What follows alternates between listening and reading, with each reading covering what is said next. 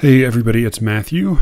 I just thought I would drop this conversation as a bonus for the weekend. I have a lot of interviews I'm in the process of editing right now, and a couple more coming up. So this is a conversation from a few weeks ago I recorded with Brian. No poetry in this one, just some serious topics discussed dumbly and some dumb topics discussed seriously. Brian and I are highly inconsistent, inconsiderate. I am sorry, and you're welcome. Please enjoy.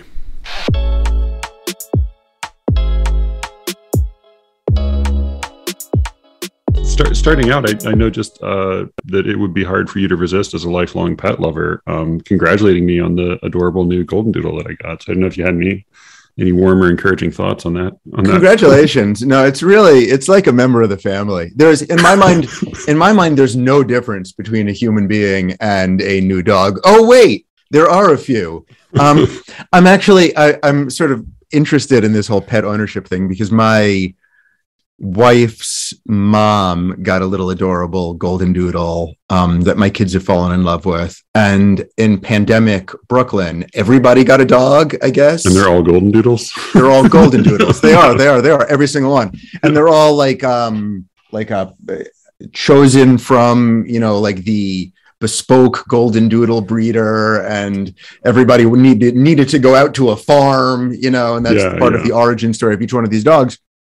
But like a couple things now that I've been spending a whole lot more time with dogs, and I realize this is like doing What's the Matter with Pet stand up is in nobody's wheelhouse. Like nobody wants to hear a Paul Reiser routine on why pets aren't as good as everyone knows pets are.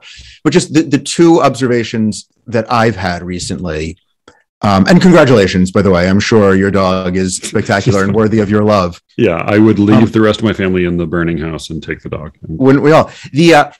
So observation number one, and tell me if I'm wrong, because I don't have much experience with animals. I am severely allergic to cats. My lungs begin to shut down, and dogs are fine. I just don't want them licking my face. The two thoughts that I've had in the last couple of weeks is, one, you always have to tie dogs down or else they will run away forever.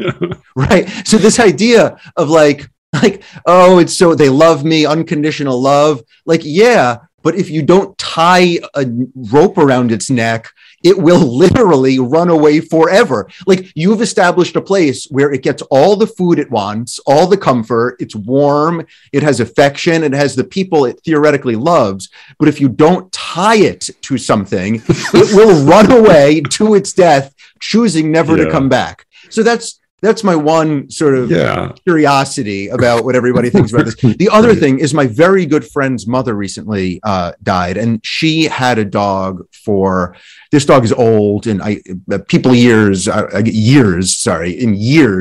the dog is like 10 solar years. So solar years. The dog's like 10 or 15 or whatever. And the dog spent all the dog's time with my friend's mom. They were inseparable. It was like the thing about my friend's mom was the dog was always there. So my friend's mom suddenly died, and it's tragic and awful. And it's clear that the dog doesn't give a shit. The dog is just the same dog.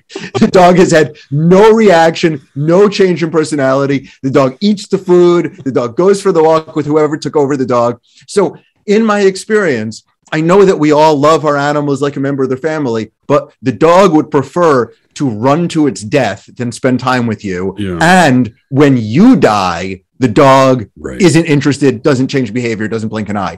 That just leads me to think that having wild animals in your house is more about the sort of affection that we need, and like being able to purchase an affectionate being. Like, it's like a plant, but it kisses you in a way that humans kiss you, so you associate it with human love, when in fact it's not interested in this arrangement. The dog is not signed up for this. The dog wants to be with the other dogs, the dog family that you, by the way, kidnapped the dog from. Right. Yeah. I mean, any model we come up with for explaining dog ownership, it has like instant horrifying associations with like slavery or, indentured servitude or like, I mean, I think like what the closest comparison to the leash in terms of keeping the dog from running away is a chastity belt, because it's not that the dog will never come back. Like the dog will eventually come back. It's just, it's going to go like fuck the whole town and like accidentally get run over. And like, well, this is for your own good, to control your evil impulses and to make sure that you remain loyal to me alone. I mean, it's like, you have to embrace an otherwise totally foreign and nauseating philosophy in order to take ownership of a dog. Yeah, I mean, but only like, if we're going to cut out your balls or over. Exactly. But that's only the case if you think a dog is worthy of human emotions.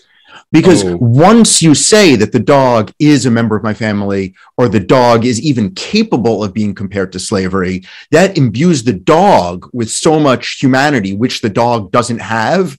Yeah. That then you leave yourself open to all of these challenges. Because like, yes, if your dog is allowed to have kids, you mostly don't let your dogs have kids. But when you do, you're like, well, what am I going to do with all these dog kids? You're like, right. Here's a puppy. You're like, hey, have a puppy. But you don't give them, you sell them. You sell them for cash, right? For cash, so you're separating the mothers from their children. Again, I don't care what happens to these dog children. So, right. I mean, I don't want to see anything tortured, because like whimpering dogs is not my thing. But like, I don't think it matters 20 minutes after you give a puppy away what the mom thought. But for those who do, it's sort of baked in that you're not just going to let a dog live a dog life. You're going to control it in human ways while professing how important the dog is to your family and your daughters and your emotional well-being. Yeah. I mean, I'll say like the dog is not a member of my family. Like, because, if okay, like, but you've had the dog for 20 minutes. You think that in 6 years, your daughters won't discuss your dog as a member of your family? Well, no, they already do, but they're children. And like, but what about your many listeners who are grown-ups who do see dogs as members of their families? They're used to disagree with me. I don't know. I mean, I love the dog and I'm very affectionate with it. You love the dog. How many people do you use the word love to refer to? But see, that's the thing. It's like the bar for people is a lot different than the bar for like coffee or dogs, or like I got a new pair of gloves because my gloves got ruined. I love those gloves. Like, okay. But I think so. But with your definition, your use of the word love there is as you would love a thing, not as you would love a person. Yeah, because if my daughter bites two people, I don't have her put down. Right. Like that's like if a dog bites two human beings, then you have to have it lethally injected because it's a danger. It's like, oh, you got one strike and that was it. Like, no, I mean, like, no, I don't love it like I love a child or even I mean, I think like the key with the dog is actually, it's not so much that the dog loves you. I mean, I think like I'll say like the dog is not a member of my family, but like I'm a member of the dog's family, because the dog, it's like, well, he's not my best friend, but I'm his best friend, because like, what has he got going on? His life is pretty small. Oh, nothing, because you've kidnapped him away from his family. Yeah, and big victory there. Yeah, I like ring a bell when we go outside. So like, I'm like slowly training her to have no world outside. Like having a dog is like being the dad in Dogtooth. I don't know if you've seen that movie where he like enslaves his children in a little imaginary cult land. It's dark. Yeah, it's sort of like a dark comparison. Yeah, well, yeah, but I think it's sort of like that. And I mean, my theory is that the big draw for a dog, and dogs are very affectionate, and they're very stupid. I think they're also sort of existentialist. I think like they are sad when people die, but it's also like the dog has had like a much rougher and darker experience of life than you have, and has a much bleaker sense of like what a connection or attachment or meaning is. And so it's like, well, all this is passing, so let's just like have a bone and go for a walk. Like I think like the dog is like pretty sad when the owner that it loved dies, but it's also like, also I was kidnapped at the age of 8 weeks. And wait, but you were the one who kidnapped the dog. Right. You're saying like, oh, isn't this like my dog's a bit of an existentialist, because now you start using the passive voice. All these terrible things have happened to the dog. So now the dog treats me as its family member. But like, you were the one who took the dog. Right. No, but that's exactly it. Like, that's why I'm saying I expect like if I died, particularly if we'd had a little more time to adjust, like, yeah, I'm sure the dog would like have some actual, doggy pang or whatever, but I just don't think as opposed to curiosity. Like, curiosity. Oh, I wonder where Big Food Man is. You think it'd be like, oh, I'm so sad that Probably some of both. I mean, I think dogs do have some like basic emotions. I just think that like they're not, they can't be like, we can be, in a zombie apocalypse, like you don't like do a full what do you call it, sitting shiva, right, for your that is mom. what I call it. You people, right? No, like you don't do that during a zombie apocalypse. It's like, well, it's sad that your mom died, but you've got to fucking keep running. And like I think a dog is a little more like life is dark, like the world is a dark place, and so I'm sad that this person I knew died, but I've got to worry about like breakfast and taking a shit on this other dog's pile of shit. I think like the key for me is that it's because I think it's actually darker than like cultivating a small canine slave to love you. I think it's actually that you are able to give the dog constant, continual, never diminishing physical affection in a way that you can't with any human. Like if you touched your wife tenderly and consistently every time you saw her, like she would divorce very quickly. Right. She would be like, you're stalking me. So I think like you and your kids, you can like, but your kids grow out of it. And so I think with the dog, you can like every single time you see it, you can talk in a baby voice and you can rub it and like show physical affection. I think it's a way to like remind oneself that one, like trick oneself into feeling like one is in fact it's not about the dog's affection or the dog's humanity. It's about like it's like a prosthetic or a soothing device or like a fidget spinner for your own sense of humanity. Have I ever sent you the advertisements for the baby lifelike monkey dolls? Oh God, are these like the baby werewolves? No. So there's this company that, and we'll link to it, I'm sure, in your show notes. But there's this company be sponsoring it. There's this company that makes like super lifelike babies, dolls. Oh, the reborn dolls. I don't know. I couldn't imagine an appropriate use for these dolls, right? But this company makes dolls for people who want their dolls to look like very, very, very recently alive babies. And they make them in all races and genders and situations. American Sniper. I think as far as I can tell, the only other product they make is very real life baby monkeys, which they dress in like old fashioned nightgowns and like bathing suits. And again, like I can imagine like sordid scenarios whereby people would feel comforted by a doll that looks exactly like a human baby that died 5 seconds ago.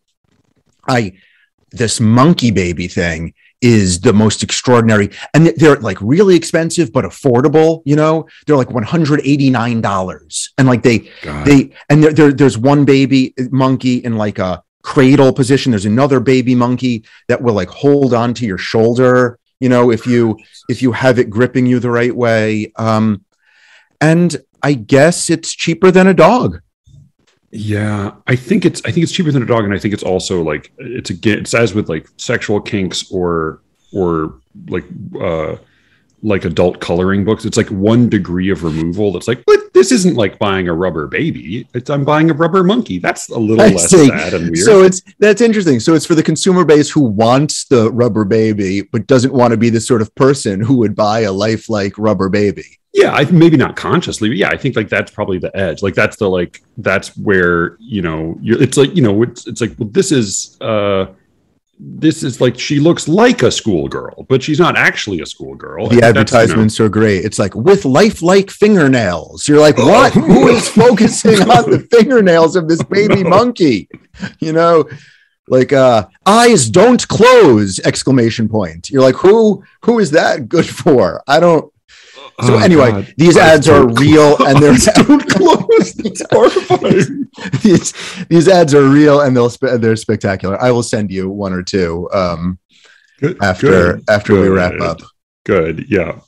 Speaking of which, we have a few interesting movies and programs and one horrible article to talk about. It's a really bad article. But before we get to the article, I love the idea that now you're releasing your new episodes like a minute 30 before you and I tape. So there's no way I can shit all over Mary Jo Salter.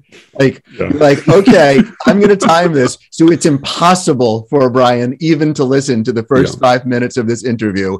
I just want to talk to him before he can digest something he hates about Mary Jo Salter. Yeah, it's only with priority guests that I outmaneuver your contempt. Right, Alice Allen, who appears to be like the most objectively lovely, delightful, intelligent, like uncomplicated is probably a word you'd be offended by, but like there's not a lot of ways to set Alice Allen up for me to like take her down a peg. But Alice, if you're listening, I think you are a complicated woman, and forgive me for calling you anything other than that. Alice Allen, complicated woman, says recently disgraced. Says dog hating podcast guest. She's lovely. She actually strikes me as somebody who would be, her curse would be that she would love to be in a good-natured roast, but people would find it so hard to roast her that she would. And then there's Alice over here. Oh yeah, give it up to Alice. Looks like she chose He's very modest and self-deprecating. Sweater to wear. Looks like she read a poem and has a sensible opinion about it. So do you want to start with you saw Encanto, the magical realism talent movie. Did you think of I was surprised you saw it at all, because you have boys, and I thought there was still a strict division between boy movies and girl movies. I thought this was a girl movie. So my kids have been rather successfully raised without most of the gender assumptions that you and I had. And raising kids in Brooklyn is insane for all the reasons that we can get into or not. But like my son, Owen, just got into non-ironically the Babysitter's Club as just like the obvious next book to read. And he's like, can you believe that Elsa and Tara didn't invite Cordelia? You know, and I'm like, when is he going to realize all of these names are girls? You know, it's like they were starting a club, and you know, Elsa's cousin Mariah wanted to be in the club, and he just doesn't care. So I do think that there is a lack of gender assumption, at least for the moment, in my 6 and 8 year olds, which is only wonderful. But also, and like gossip is universally interesting. Is what exactly. And you know, I of all people am only interested in gossip. Literary fiction I just think is gossip, but more like we're allowed to discuss it as though we're sophisticated. It's gossip. The whole purpose of all of it.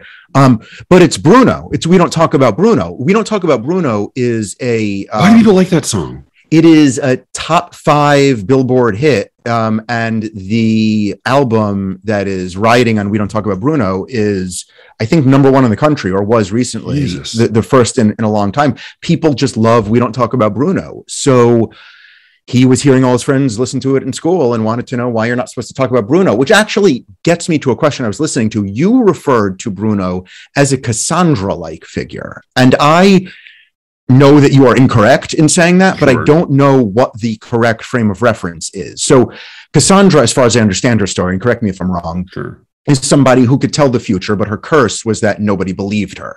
Right. And that was obviously led to a whole bunch of trials and tribulations. Bruno, he can tell the future, and everyone just knows that he's going to get it right, and he affects the future. Doesn't affect it. That's not the right way of saying it. He predicts the future, and because the future is so often negative, he gets blamed for his predictions.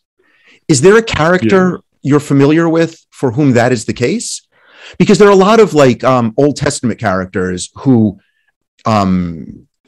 incorrectly interpret dreams, you know, and they're accused of having a relationship with God, but that's not exactly the same. There are characters such as Cassandra who can see into the future, but nobody believes them, so they are tortured by their inability to affect the future. Right. Bruno just seems to see bad things coming, and it's a kids movie, so they're jokes, most of them. You know, like he told me my fish would die, and my dead fish, or like he told me I would get a gut, and there's my gut. Like, I don't. Right. Or he told the sister, like, it's going to rain on your wedding day. And she was like, and it rained on my wedding day. And she like completely neglects the fact that her emotions magically control the weather.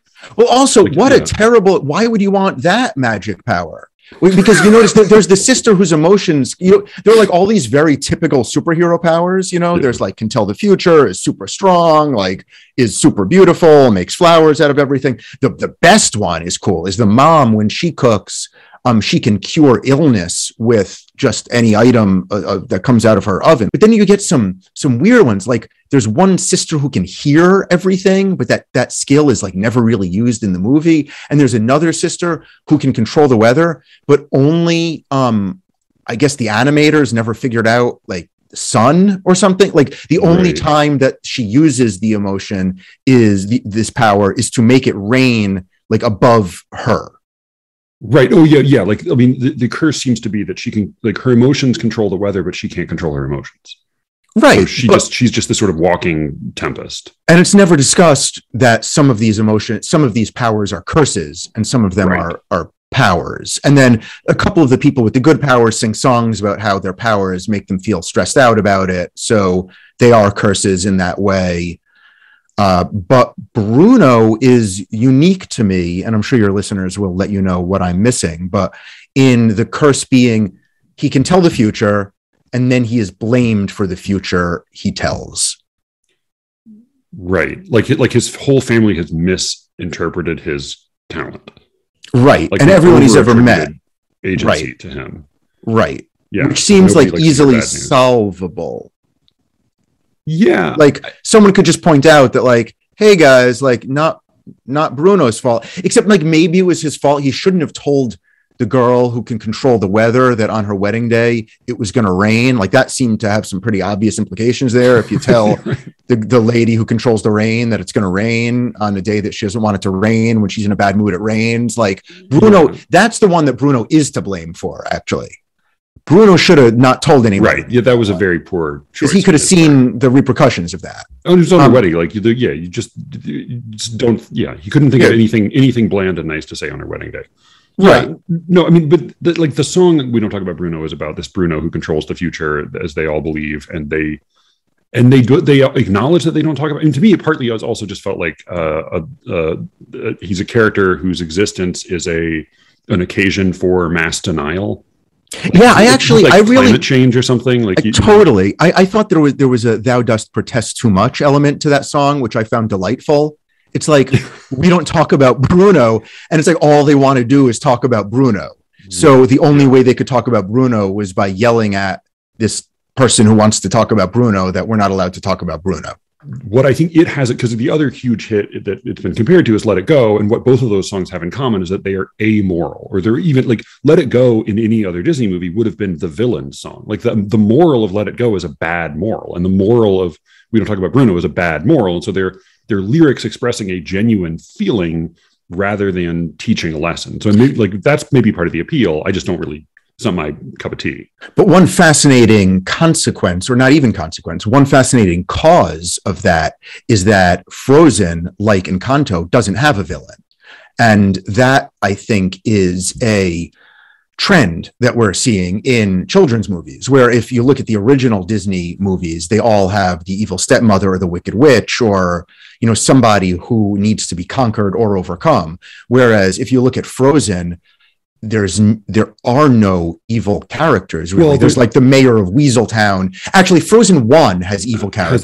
Has the guy who's going to take it over. Yeah. Frozen 2 doesn't. Frozen 2's the villains of Frozen 2 are our own bad racist ancestors. Are like the villain of Frozen 2 is colonialism, and the message of Frozen 2 is like, what you need to do is you need to say, well, I guess we're just going to destroy the entire centuries old city where we live in order to do justice for the indigenous peoples we displaced. Oops, but at the last minute, even though we decided to destroy it, it will be saved, and so we don't have to destroy it. And so really all we need to do is a land acknowledgement, and then we're fine. So I think that the problem with that analysis is twofold. One, you're saying our ancestors are to blame is the problem, but that's the same problem as Encanto. They specifically don't name the evil force that is pushing them out of their city initially. And that's what confuse Partly my because it may kids. have been the liberal rebels of the Thousand Days War, and I think the Madrigals were actually a wealthy conservative family who eventually won the war. Right. I think that the second flaw, the second place I'd like to push back in your very correct attack on Frozen 2 is that nothing in the movie makes any sense. And it's your bad plan to try to make it make sense. Right. Like Frozen, the whole Frozen 1 and 2 makes me come to the conclusion that they weren't even trying to make it make sense. And I think that these movies have to be judged according to something different, a different standard, where the logical holes are so gaping. You know, like you can play the game with Frozen. I don't remember it as well, but like, who ruled the Frozen town between when the Frozen parents were killed and when the Frozen daughters grew up? Right. Presumably there was like a vizier who was managing the town, but we never meet him or her. Maybe. Yeah. Also, like she everything she touches turns to ice, so she can create a living human snow creature. Like they dream. Why doesn't she make any anything else come to life? Like there's no logic to any of the powers, to any of the villains, to any of the it, which I think puts us as parents in a somewhat complicated situation where our instinct is to analyze, is to say, well, this is a plot hole, or this is something that the writers didn't fully think through. But I don't think that's the case in either Frozen or in Encanto. I think they just don't care. Like the goal isn't to create a narrative that makes any sense. The goal is to create show-stopping songs and characters that are memorable. Well, but I think that's why the proper parental response is the mirror of the writer's response, which is not to care. Like I saw Frozen 2 because I took my daughters to see it in the theater, and I saw Encanto because my daughter specifically asked me to watch it. I don't watch fucking kids movies. I don't watch that's the thing that blew my mind about this terrible Slate essay all about hey, when my wife and I watch kids TV, we have all these theories, and I guess really what it's like when you watch Doc McStuffins for the 6th time, if you're like, why the fuck are you watching it? Why are you not doing dishes? Why are you not your kids are watching it? Why are you sitting with your kids 6 times in a row to watch Doc McStuffins? How? Why? So Philip Masiak, I'm butchering the last name and I apologize, wrote this essay you're referring to in Slate, January 13th, 2022. At 11:31 a.m. it was published. And what you're referring to is his general argument here. It's a form of play. While it might seem like I'm positioning watching these shows as an act of unbearable drudgery, it can be undeniably fun too, he says. And then he explains something in the paragraph that seems not fun at all. He says, facing down the 6th rewatch of the same episode of Doc McStuffins, we choose to tune in rather than tune out.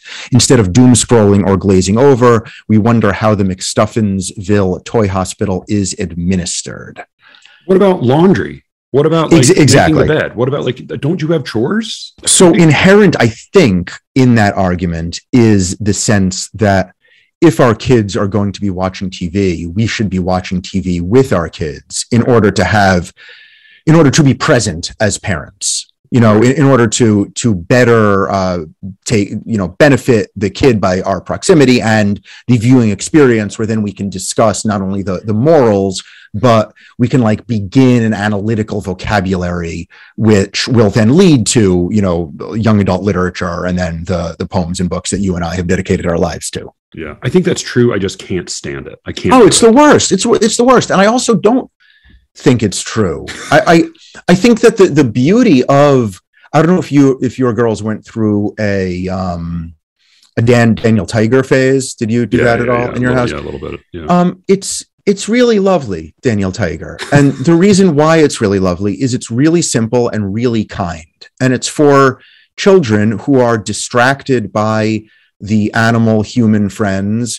And the same little ditty is repeated 6 or 7 times over the course of the episode, you got to try new things because you just might like it.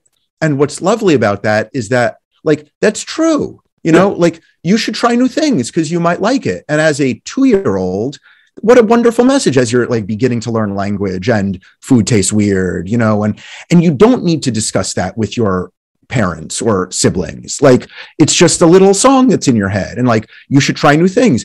And when you get disappointed, you should take a deep breath. You know, that's like another Daniel Tiger song. Or if I like the one about make, when you were waiting and you're bored, you should like use your imagination to entertain yourself. That's right. It's much put more concisely than that, but right. It's like if the lasagna hasn't arrived, play a game where you count everything on the table. Like you were fired from the Daniel Tiger writing room. Well, I made the final cuts. They said I didn't want to. I don't if your house catches on fire, call a policeman. Nope, not a policeman. Call a firefighter. You know, like I made those little mistakes in the middle. Right, all cops are bastards. Never call the police. That was one of your hits. So the idea of watching television with your kids, I understand.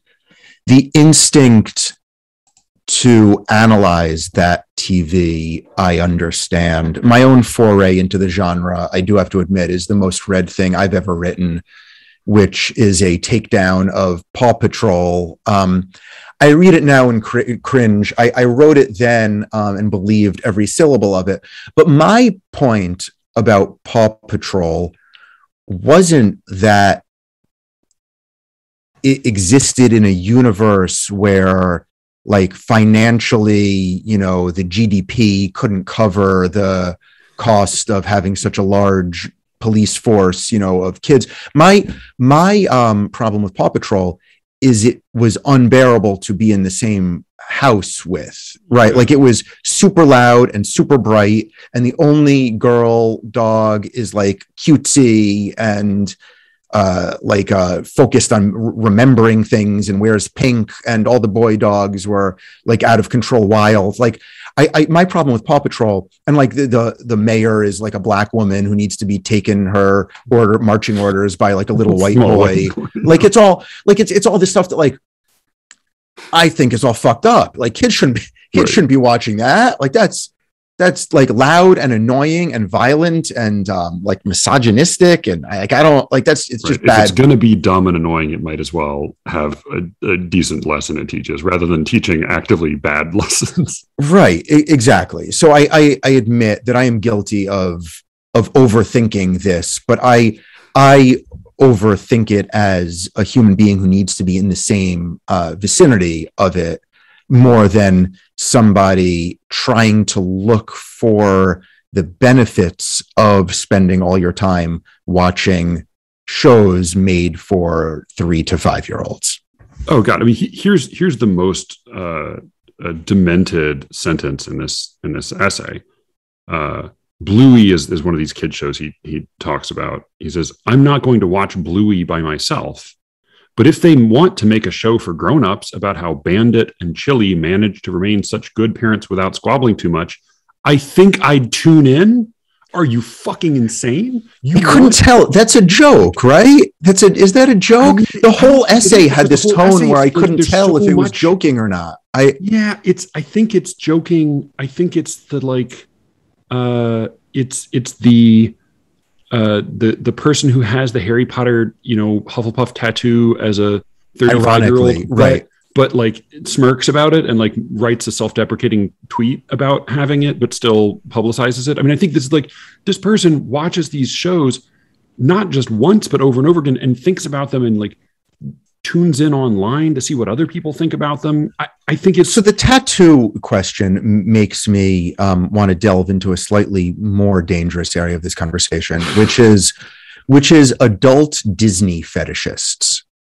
Oh man. Now, are you familiar with any of these? Do you have any of these either in your immediate or tangential life? Yeah, a guy I collaborated with here turns out to be a really hardcore Disney fan. I think he's in comedy and gets made fun of a lot, and so I'm sure he doesn't mind, but it blows my mind. I don't understand it. So there are adults who spend their adult money on adult vacations going with their adult friends, lovers, or alone to Disney World and Disneyland. And They watch all of these movies when they're out in the theaters. They go to all the musicals. They listen to this music as their music of choice. And I think it's worth spending a moment on the best defense of this attitude towards Disney is it allows in childhood a sort of freedom of imagination and experimentation that feels healthy for people who are otherwise trapped within a life that they don't know how to discuss. So you'll see a prevalence among gay men in that world of Disney attachment. And I think that I have a gay friend who's explained it as it was through Disney princesses and Disney songs that he could allow a part of his personality, which was otherwise had to be hidden. He could allow that part to come out through some of the songs and through some of the characters. So there still is a comfort and a particular type of joy that is evoked by that by that world. And that's nostalgia for him. Like that's like as a kid, this meant a lot to me, and now as an adult, I have fond feelings for it. That's along the lines of what I asked, and he got offended. He said, "No, that's not nostalgia. It's just a portal into a type of pleasure that I have emotional access to, and that you bad guy Brian don't." And I think that just took me aback because I hadn't thought of that before.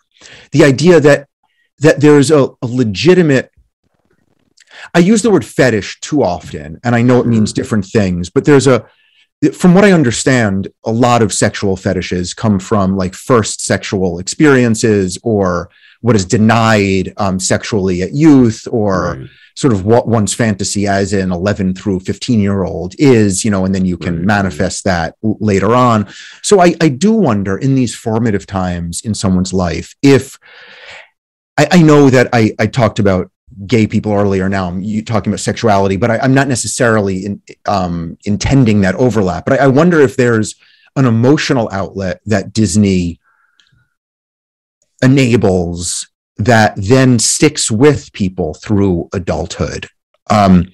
Because I know people with all sorts of Disney tattoos who are otherwise, like successful, professional and familial gay and straight people. Yeah. I know lonely people who spend their vacations with friends or alone going to Disney World. And again, no one is forcing them to do that. They experience real pleasure there, right? And it's not like the rides are better, right? Like I'm not I have got this neurological disorder, so I can't do exciting rides and roller coasters and stuff. But it's not like you go to Disney World for the most intense experience there. No. So there must be like a comforting aspect to all of this. And for a while, I was, and I still am, a little bit confused as to the Pixar excitement. People talk about the new Pixar movie that's out, and I have a few former students, now friends with whom I'm pretty close, who are really top of the world programmers, coders who have worked for Pixar, and they went undergrad and grad and got these really advanced degrees, and they want to work for Pixar because of how much they love Pixar. And I've tried to push them on it a little bit, and they really feel emotions, like in that first, I don't know whether you've seen Up, but I've had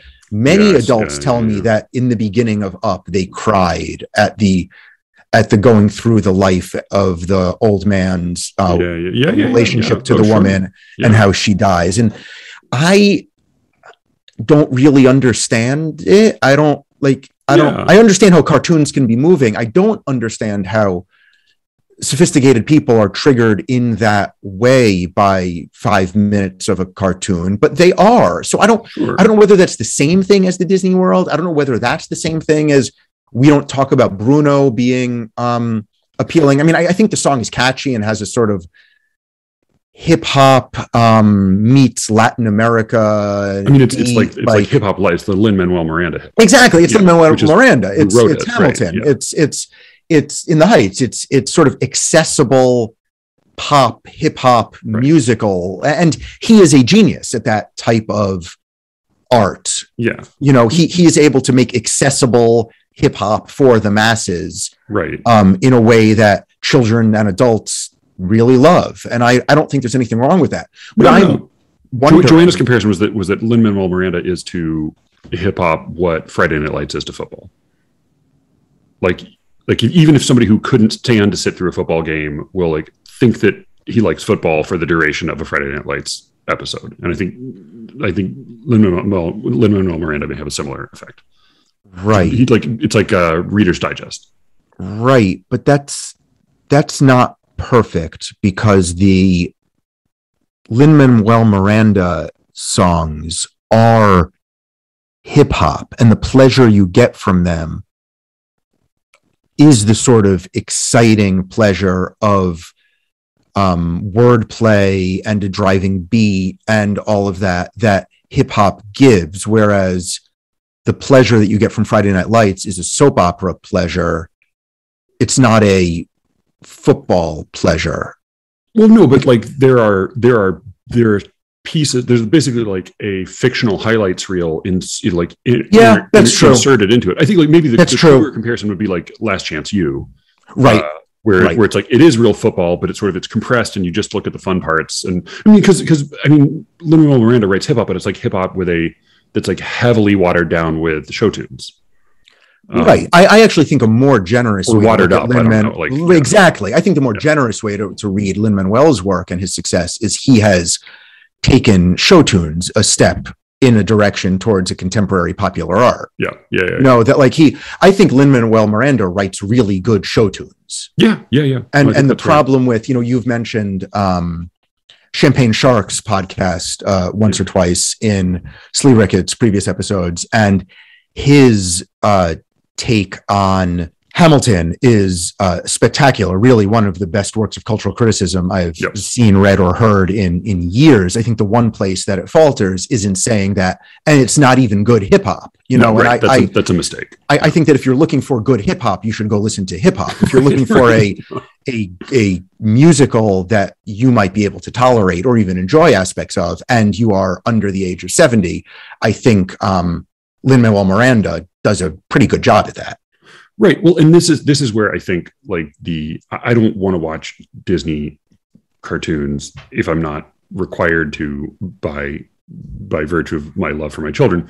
But I think that an attachment to or an emotional involvement in Disney cartoons exists like on a spectrum with, but also not even that far along a spectrum with an attachment to or an involvement in Hamilton or Game of Thrones. I think like these are all basically the same sort of mostly moralizing, mostly simplistic, sort of cartoonish, heavily sentimentalized, cartoon narratives for adults, young adults, children, and babies. So let me follow that through. So then the word prestige just becomes a euphemism for brutality or something like that, where like the difference between Encanto and Game of Thrones, nakedness, nudity, and violence, mostly, right? Yeah. And rape, and bad language. Yeah. But if it's interesting. I watched Game of Thrones while it was on for the most part, and I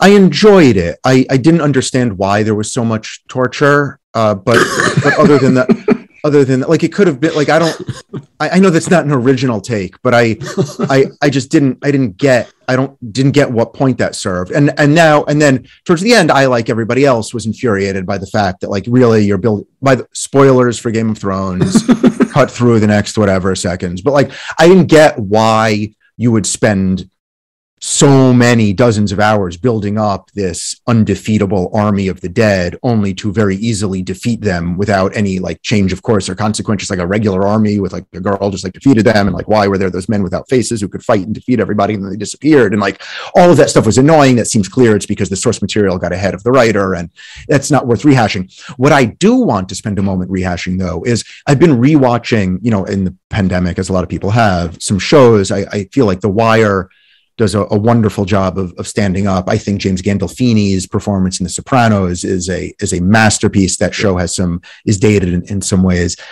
Game of Thrones is really rapey.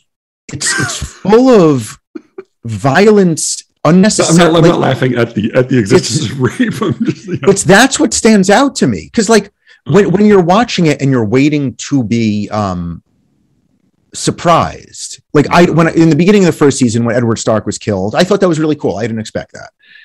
More spoilers in the, you know, then you get to the red wedding scene and then like everybody's killed, and like that's also really cool. Like I didn't expect that to happen. For a while, if you remember, all of Prestige TV was like that. Like the first episode in all shows, there would be a big twist at the end. Like the first episode of Mad Men, you found out that he was actually married after he's been carousing, you know, throughout everything. Yeah. You'd see almost every television show in this sort of aughts prestige TV time. Yeah. You were waiting to get to the end of the first or second episode, and there'd be a big twist. And then the penultimate episode in each season, again, would have another big twist. It seems like we're moving away from that now. If you look at Station 11 and other like shows that unfold in a certain way. I'm not fully finished with Station 11 yet, so I could be wrong. But in going back to Game of Thrones, if you're not watching it to see what it all will amount to at the end, because you know that the showrunners just like couldn't figure it out, and you're not watching it to be amazed, then really you're left with a whole lot of women forced to have sex with people that they don't want to have sex with. And it's complicated in that, like, that's what, because at the time it was, I remember there's a Saturday Night Live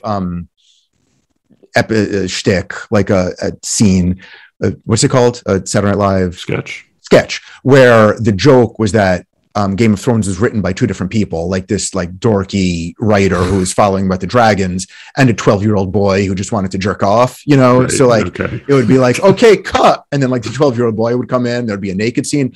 But that joke that was sort of funny initially, I don't think that applies. I think on second watch, it's not porn, it's rape. And that is why, just going back to your initial point, if what you're talking about is just wish fulfillment, if the difference between a Disney, if the similarity between the Disney movie and Friday Night Lights and Game of Thrones is they all have that same element of wish fulfillment. They leave the, and morality, I think you said, which is completely accurate. Does the reason we as a culture allow prestige upon Game of Thrones and not upon Disney is that Game of Thrones is just full of darkness and anger and sex? Or am I missing some element of your argument? Well, I think prestige is really telling, right? Because it's not quality, it's not complexity. It's, I mean, that is there in some so-called prestige TV, but it's prestige. It is more highly regarded. It's more highly regarded partly because it has a bigger budget. It appeals to people for whose opinion we have more respect. It's including like the people writing the reviews, right? Like it's what, like the people writing the reviews would rather watch that than watch a good kids movie or even like a dumb cable, you know, show. Like, all right, so to descend back to the level of children's literature for a second, we talked already about the anti-Semitic goblin depictions in Harry Potter. I wanted to praise briefly J.K. Rowling for a really weird choice that I'm reading it with my daughters. I've like been in the room while the movies played. I haven't really watched them, but I've been reading the books with my daughter, and we're in the middle of the fifth one. And there's this emerging theme of where, like, oops, the magical world, in addition to all of their whimsical houses and their faux church Latin spells, and like they also have slavery. And there's this whole like under race of like sentient, fully conscious beings called house elves who are just unequivocally slaves, and they are dressed in rags, and they are treated as distinctly subhuman. And Hermione, in a way that is written as annoying and sort of self-indulgent, is really into freeing the slaves. Totally. And it's completely dismissive of her, and they can, but like not even in a like we're evil and closed-minded, more like, oh God, Hermione, it's so annoying. And she's written as annoying. And like the hero, the main characters mostly sort of roll their eyes at her. And I think, I don't know where she goes with this, and maybe she goes to some other weird place with it, but I actually think that's a brilliant choice because it's so much closer to how, like, anytime you read about the Holocaust or slavery or this or that in like, as a kid in history class, the whole time you have this weird assumption, like, well, I would of course be an abolitionist, and I would of course be hiding Jews in my basement. Like, no, like probably you would be like barely aware of what was going on and rolling your eyes at the girl who was like, "Hey, let's free the cow." No, I felt like completely agree. And like, if you, it was the abolitionists I was thinking about. Where if you go back to William Lloyd Garrison, is that his name? That's a name that I remember. Yeah. So I remember reading him as a kid, and I remember thinking like, this is obviously so true. And it must have been so annoying to everybody else at the time. Yep. And that is what that's what J.K. Rowling, I think, does a brilliant job of, where everything she's saying is unquestionably true. And also it's just like vaguely annoying to characters who are otherwise heroes. What I wonder about is the distinction between, because the kids of a similar age, kids of your daughter's age, you're reading them these rather sophisticated world building books, and they are watching. They're not that sophisticated, but yeah. But she has thought through the implications of these worlds. Things don't happen for no reason often. I mean, there are twists that are dopey, but she at least has created a world that she's thought through. And that is not the case for Frozen or for Encanto. Right. I am wondering to what degree you think these movies purposefully are illogical and don't care. I wanted to raise this in conjunction with a work that both you and I have read a long time ago, which is Italo Calvino's Essays on a New Millennium. Calvino has this anecdote in Brevity, his second book of that, where he's all about this feathered ogre story, and Calvino translated the feathered ogre into a whole bunch of languages. He sees this, he loves this story just outside of this one book, Memos on the what's the book? What's the Calvino title? 6 Memos to the Next Millennium. 6 Memos to the next millennium too. Yeah. I lost the preposition there. But even beyond the memos, he loves this feathered ogre story. But I remember in Brevity, and I found it because it reminds me a lot of this conversation, he writes, not a word is said. So it's a story about an ogre and a hero who needs to go steal feathers from an ogre in order to cure a king who is suffering from an illness. And I remember there's this line in the Calvino, not a word is said about what illness the king was suffering from, or why on earth an ogre should have feathers, or what those caves were like, or why an ogre has feathers that cures the illness the king was suffering from. Everything mentioned has a necessary function to the plot and nothing more. And I am wondering whether what you and I were sort of sarcastically laughing at in terms of Frozen not making any sense, and our questions about Encanto, and like, so the house, so the main character in Encanto doesn't have any magical powers, but like, she sort of can interact with the house, which seems like a magical power because the house isn't reacting that subtly with anybody else. And like, right. Like the house reads as like a retinal scanner that recognizes her as a legitimate, whatever. So like, there are all these things that make no real sense in that movie. My question is, are these movies flawed because they make no sense?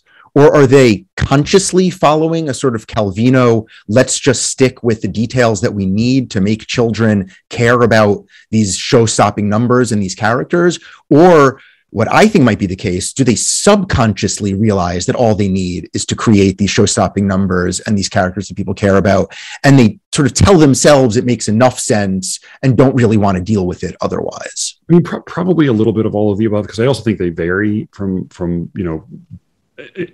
example to example. But I think, like, I don't mind fairy tale logic. I don't mind ignoring the particulars of like who was ruling when and why does the king need an ogre feather. I think what irritates me is when there is a heavy moral implication, when there is a sort of a lesson or a moral being delivered by the movie, and also that is itself morally incoherent. Like that's fair, but you are the one saying these movies are moral, because that I'm not. What could the moral of Frozen possibly be? That if you hug your sister, everything gets better? Or I mean, like Frozen. No, I mean the moral of Frozen, the first movie, is bros before hoes, but right, feminine words, like right. Sisters before lovers, yeah. Right. And then the moral of the second movie is we shouldn't have. Is like you should do a land acknowledgement because your ancestors were colonialists. Like that's basically what it is. But why did the king trick those people? Right. And why did like the warriors on both sides who were trapped in the forest for 35 years? Why did they never like say, "Hey, I noticed we're all trapped in this forest. Maybe we should stop continuing to fight this war we've been fighting for 35 years." Yeah, no, I mean, like there are plenty of. I guess it just like it if it were just a magical salamander and some stone ogres and Elsa having a midlife crisis and realizing she's really a god, like fine, whatever. But I think if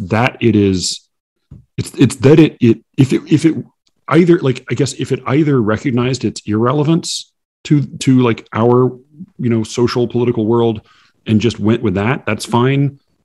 Or if it decided to really be true to sort of a psychological, emotional reality, which the first movie felt like it was at least closer to that. It feels a little more like, well, this does get at something about what it's like to fall in love and what it's like to have a close relationship with a sister that you sometimes fight with, but then you really love more than anyone else. If, those are to me like good fairy tales are magical and absurd and bizarre, but they ring true on some deep emotional, psychological level. So then the moral of, because I just want to check you to make sure that you're not reading morals into where they're not existing and then accusing something of being moralizing. And I think you're right. Yeah. I think morals do exist there. But then talk me through Encanto. What is the moral of Encanto? Oh, I mean, Encanto. It's that you shouldn't put pressure on family members.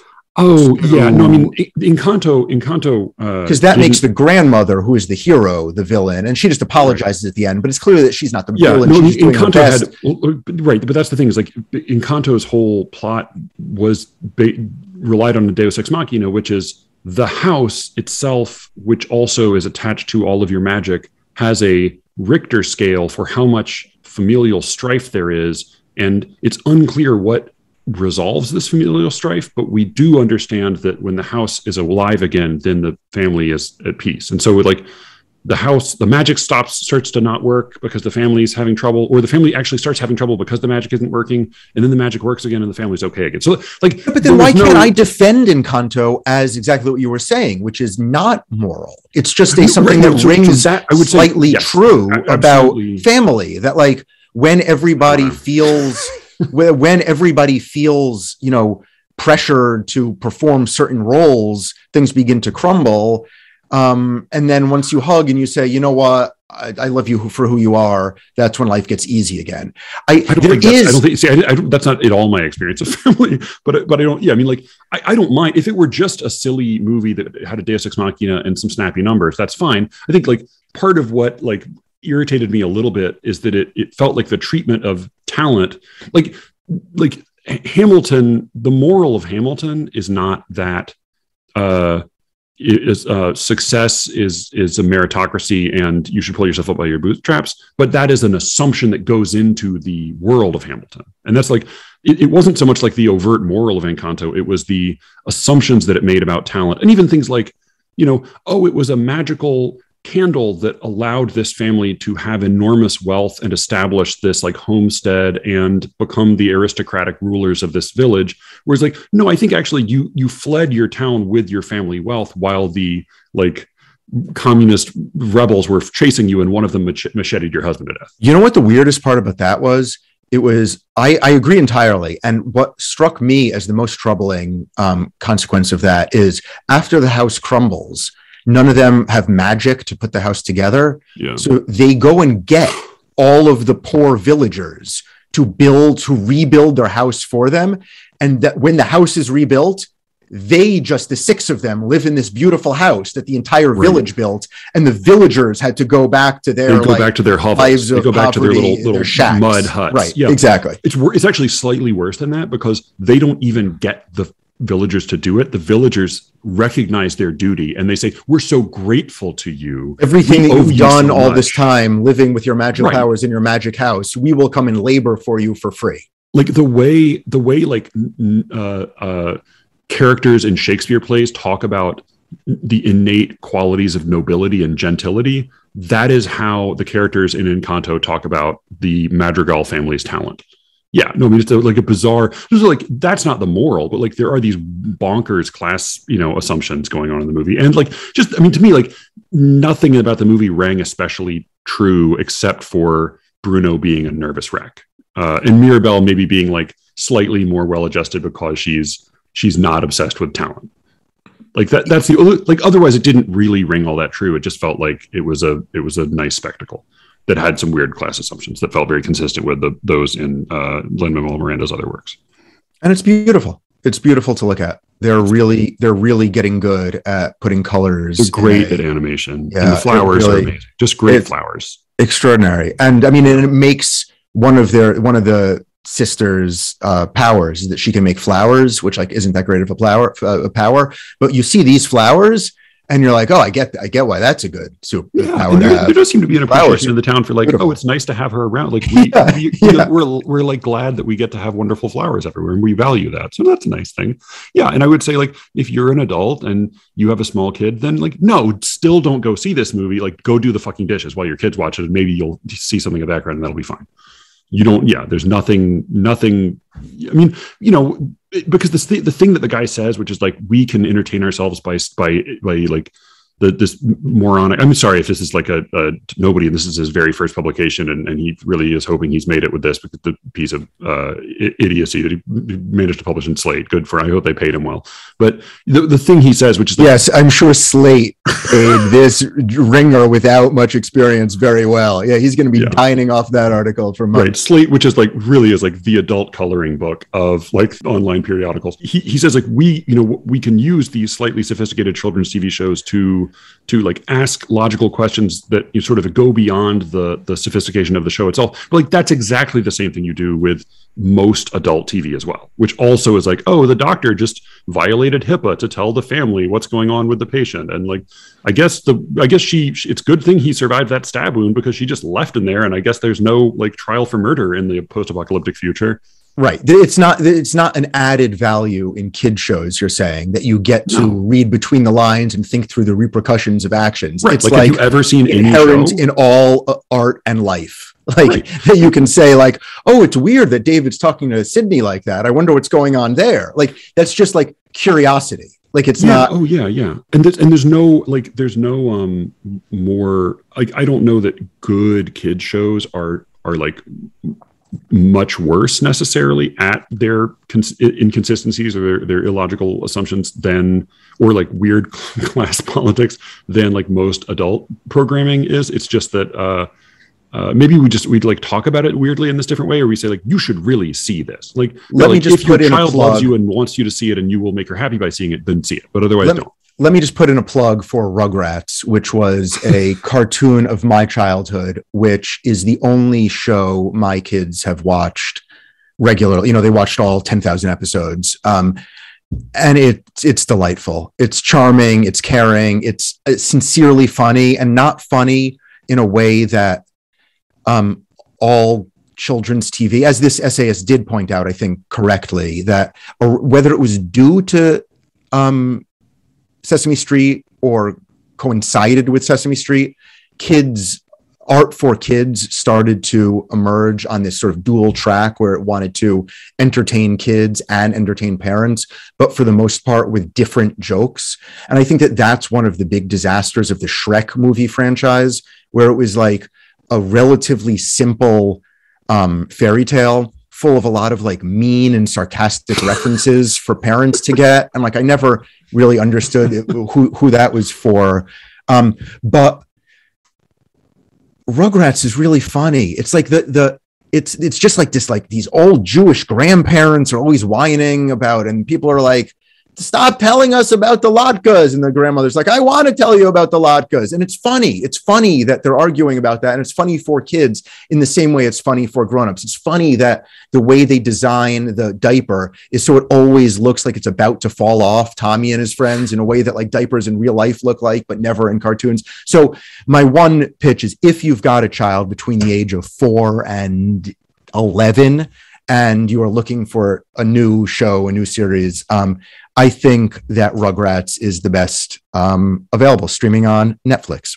In another version of this show where all we did was talk about kids programming, which I don't think either of us has the appetite for, I would do an episode on kids YouTube, which I've seen a little bit of it because the kids got really into it over pandemic. Yeah, tell me, I haven't gone down that road yet. Brutal, inflected Darwinism. I mean, just like this bizarre struggle for existence across like Canadian adult women who play with dolls and like charming, largely Russian families with like children who every toy known to man bought for them. Well, I have playdates back when that was a thing, before COVID. I did see some of this. I saw a program that seemed to consist solely of a very wealthy child unwrapping new presents every week. Kids seem to like watching that.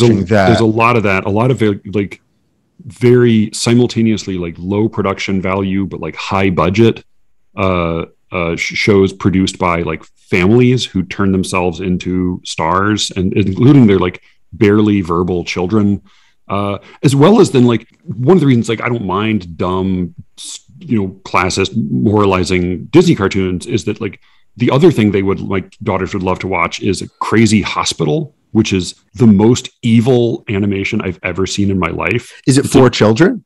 It can't be for adults, but like it's for like 4-year-old psychopaths. I don't know. I mean, like you can't, like, let me put it this way. YouTube Kids blocks it, but it's just like this horrible low grade. It's like low grade animation that also has like a hideous degree of detail.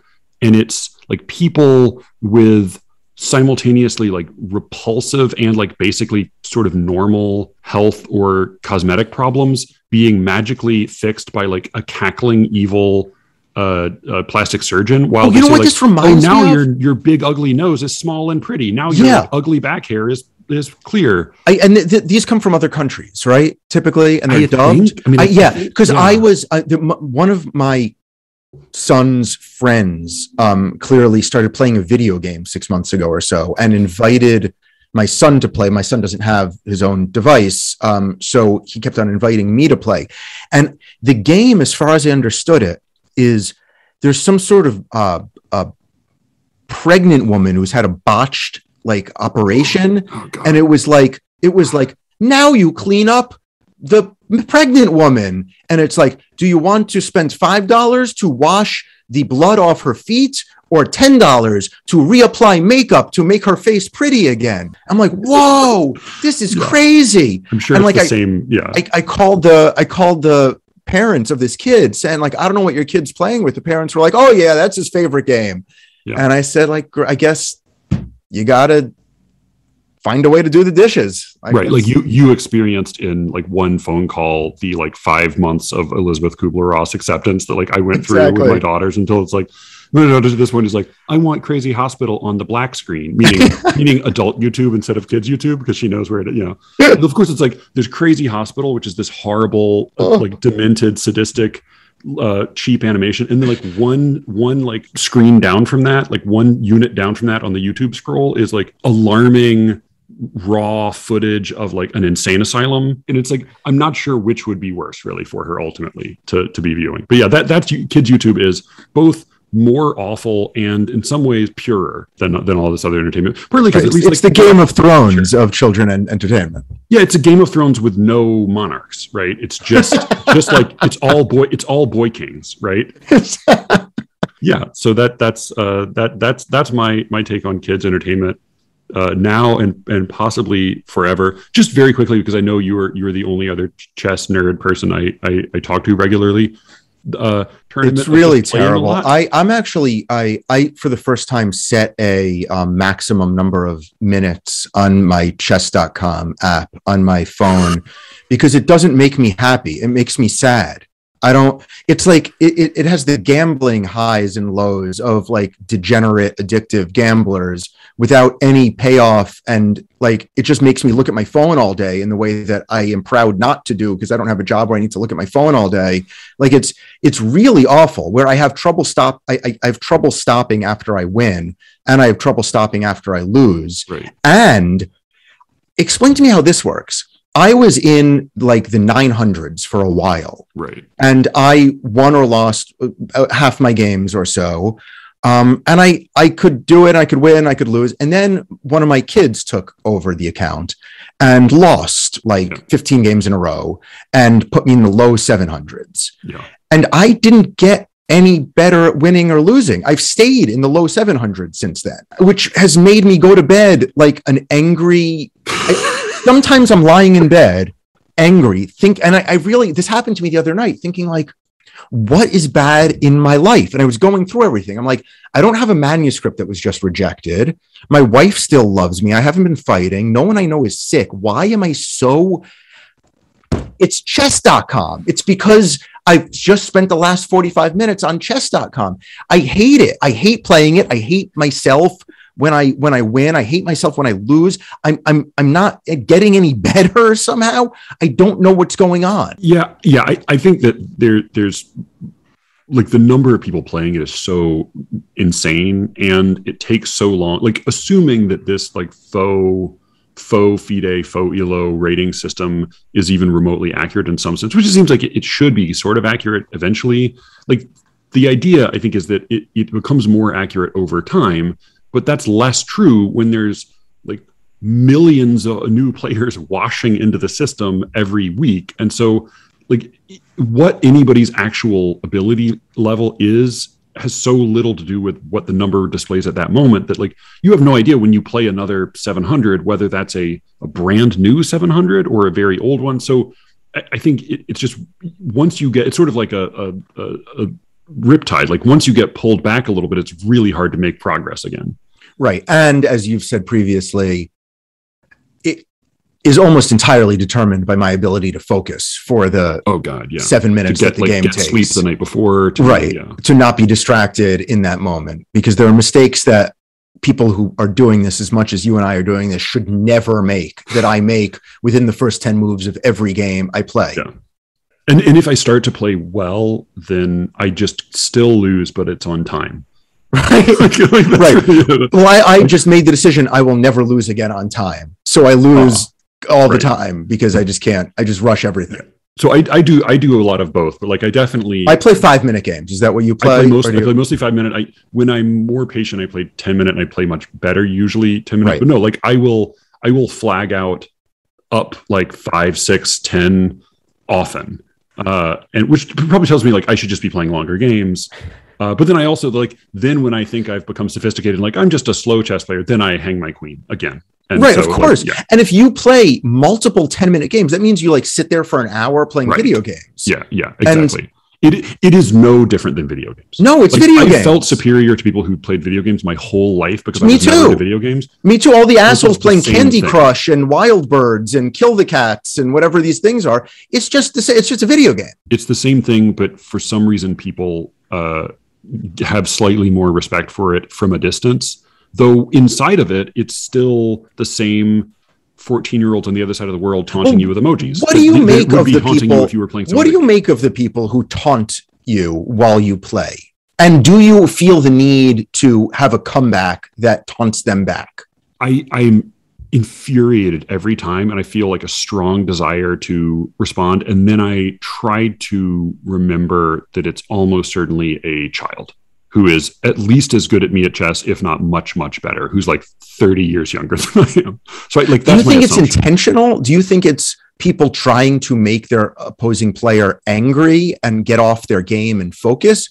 Or do you think it's just literally children who think it's fun to be able to insult people? I think it's some of both. Because I am made, it works. For those of you out there, if you want to have a better chance of beating me at chess, send me like, you're a loser, and then an emoji, or like a crying, laughing emoji, or like a snooze emoji, or Right. No, I am, I become irate, and I'm a worse chess player. And I sit there telling myself, like, you have a full life. You have people who love you. You have a job and a family.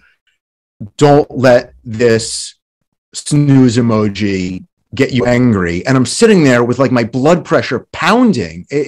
I'm not in control of myself. Can you listen to things in earphones in a normal way? Like, does that fuck up your neurological thing?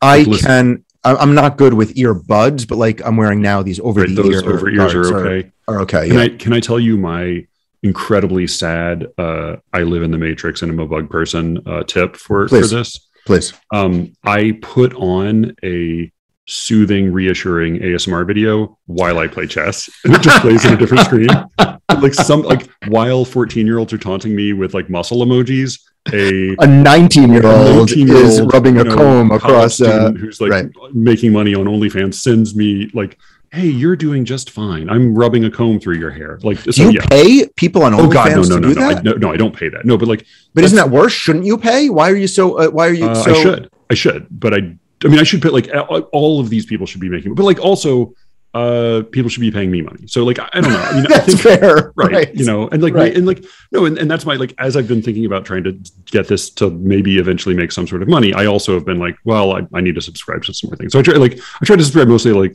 somewhat intelligent things, but you know, I don't pay money to any YouTube people. I also like YouTube feels. I have I look down my nose from a class perspective at YouTube as like a source of culture. I can't help it, but I do. Instagram is the highest, then chess.com, and then YouTube. Would that be your podcasting is the highest? Podcasting is the highest form of human endeavor. Then like bound codex books, and then spoken word poetry. Yeah. Well, it was a pleasure. You got to have some crappier guests on in the near future, so I can come on and tell you why they were crappy. But otherwise, we'll stick to the magic of Encanto. I can't wait.